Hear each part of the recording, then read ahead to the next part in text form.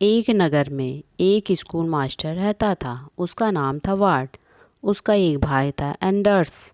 दोनों भाइयों बहुत प्रेम था। वे एक ही मकान में साथ साथ रहते थे। जब युद्ध छिड़ा तो दोनों भाई सेना में भर्ती हो गए। वे दोनों एक ही पलटन में थे। दोनों ने तरक्की की और हवलदार के पद पर पहुंच गए।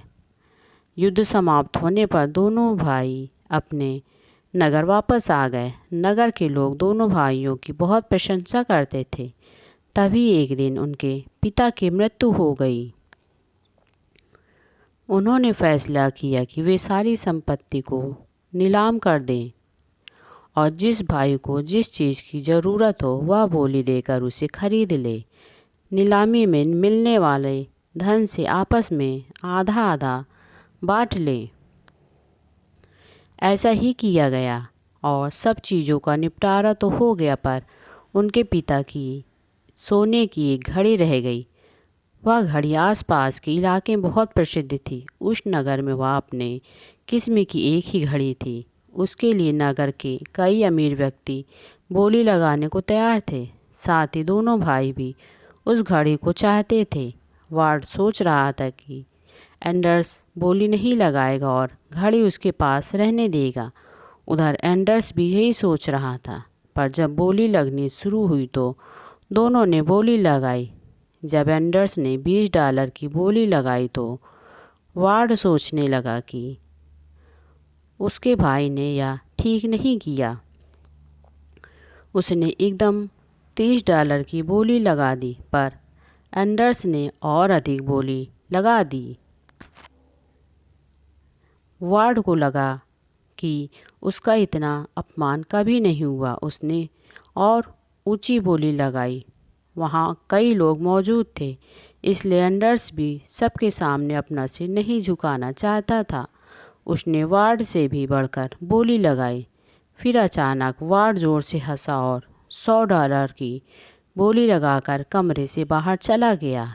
वह अपने घोड़े पर चढ़ने ही वाला था कि नीलाम करने वाला का एक आदमी दौड़ा दौड़ा बाहर आकर बोला, घड़ी तुम्हारी हो गई है। एंडर्स ने हथियार डाल दिए हैं। वार्ड ने यह सुना तो उसे अफसोस हुआ। उसने अपने भाई का ख्याल आ रहा था। इतने में कई लोग बाहर आ गए। उसने एंडर्स भी था। वह बोला, अब ऐसा दिन कभी नहीं आएगा जब तुम्हारा भाई तुम्हारे साथ होगा। वार्ड ने भी उसी लहजे में उत्तर दिया, मैं भी कभी तुम्हारे दरवाजे पर नहीं आऊँगा। और यह कहकर वह घोड़े पर चढ़कर वहाँ से चला गया। इसके बाद दोनों अलग अलग रहने लगे। उन्होंने भी कभी अपने पुराने घर का रुख नहीं किया। कुछ दिन बाद एंडर्स ने विवाह कर लिया। वार्ड को विवाह के अवसर पर न बुलाया गया और न ही वह गया। विवाह के करीब 1 वर्ष के बाद एंडर्स की एक गाय अचानक मर गई। उसके बाद एंडर्स पर और भी कई मुसीबतों का और उसकी हालत दिन पर दिन खस्ती होती गई। एक दिन वह अपने भाई के घर पहुंचा। एंडर्स अपने बिस्तर पर लेटा था। उसकी आंखों में आंसू थे, पर वार्ड को देखकर वह अपने आंसू पोंछ एकदम खड़ा हो गया। तुम यहाँ किस लिए आए हो? एंडर्स ने उससे पूछा। मैं तुम्हारी सहायता करना चाहता हूँ एंडर्स, वार्ड ने उत्तर दिया। तुम यहाँ से चले जाओ, नहीं तो पता नहीं क्या हो जाएगा। वार्ड एकदम पीछे हट गया और कांपती आवाज़ में बोला, अगर तुम वह घड़ी चाहते हो तो ले सकते हो। यह सुनकर एंडर्स और भी ज़ोर से चिल्लाया, वार्ड यहाँ से चले जाओ। वार्ड वहाँ से चला गया। इसके बाद भी वार्ड कई बार अपने भाई के घर के सामने से गुजरा, पर अंदर नहीं गया। हर बार कोई न कोई अड़चन आ जाती थी और वार्ड को एंडर्स से बात करने का मौका ही नहीं मिल पाता था। एक रविवार को वार्ड गिरजाघर गया। वहाँ एंडर्स और उसकी पत्नी पहले से मौजूद थे। वार्ड प्रार्थना के दौरान अपने छोटे भाई के चेहरे की ओर देखता रहा। उसे एंडर्स के साथ बिताए गए बचपन के दिन याद आ गए। वार्ड के मन में आया कि वह अपने भाई के साथ जाकर बैठ जाए, पर हर बार कोई न कोई बीच में आ जाता था। वहाँ बहुत से लोग थे। उसने फैसला किया कि वह एंडर्स के घर जाकर आराम से बात करेगा। जब शाम हुई तो वार्ड अपने भाई के घर पहुंचा। बाहर से ही उसने सुना एंडर्स की पत्नी कह रही थी, आज तुम्हारे भाई को गिरजाघर में देखा था। मुझे विश्वास है कि वह तुम्हारे बारे में ही सोच रहा था। एंडर्स ने जवाब दिया, नहीं, वह किसी और के बारे में सोच ही नहीं सकता। वह हमेशा अपने बारे में ही सोचता है। फिर कुछ देर घर के अंदर चुप्पी रही। वार्ड अब भी बाहर खड़ा था। कुछ देर बाद एंडर्स की पत्नी बोली, मैं जानती हूँ कि तुम दोनों एक दूसरे के बारे में सोचते हो, पर तुम इसे स्वीकार नहीं करते। एंडर्स ने गहरी सांस ली और कहा, कुछ और बात करो। फिर कुछ देर बाद एंडर्स घर से बाहर निकला। वार्ड को एकदम छिप जाना पड़ा। एंडर्स खलियान जलाने के लिए लकड़ी लेकर अंदर चला गया। वार्ड उसकी हालत देखकर करीब 10 मिनट बुत की तरह वहीं खड़ा रहा। वह अंदर जाने का साहस न कर सका। उधर इधर देखा और चुपके से खलिहान का दरवाज़ा खोला। फिर उसने लालटेन जलाई और सोने की घड़ी उसी कील पर टांग दी जिस पर लालटेन टंगी थी। तभी कुछ आहट सुनाई दी। जल्दी में लालटेन को वैसे ही जलता छोड़कर वह खलियान से बाहर आ गया। उसका जी इतना हल्का हो गया था कि वह बच्चों की तरह उछलता कूदता अपने घर पहुंच गया। पर अगले दिन उसने सुना कि एंडर्स का खलियान जलकर राख हो गया। शायद जलती लालटेन से कोई चिंगारी भूसे को आग लग गई थी। वार्ड को बहुत दुख हुआ। वह सारा दिन घर पर ही रहा। शाम को वह घर से निकला और अपने भाई के घर जा पहुंचा। खलियान की जगह पर जली हुई लकड़ियां और राख थीं। वह लकड़ियां और राख हटाकर कुछ ढूंढने लगा। 10-15 मिनट में उसे वह चीज़ मिल गई जिसे वह ढूंढ रहा था, पर उस घड़ी के बदले वहाँ सोने का एक बेडौल सा टुकड़ा ही बचा था।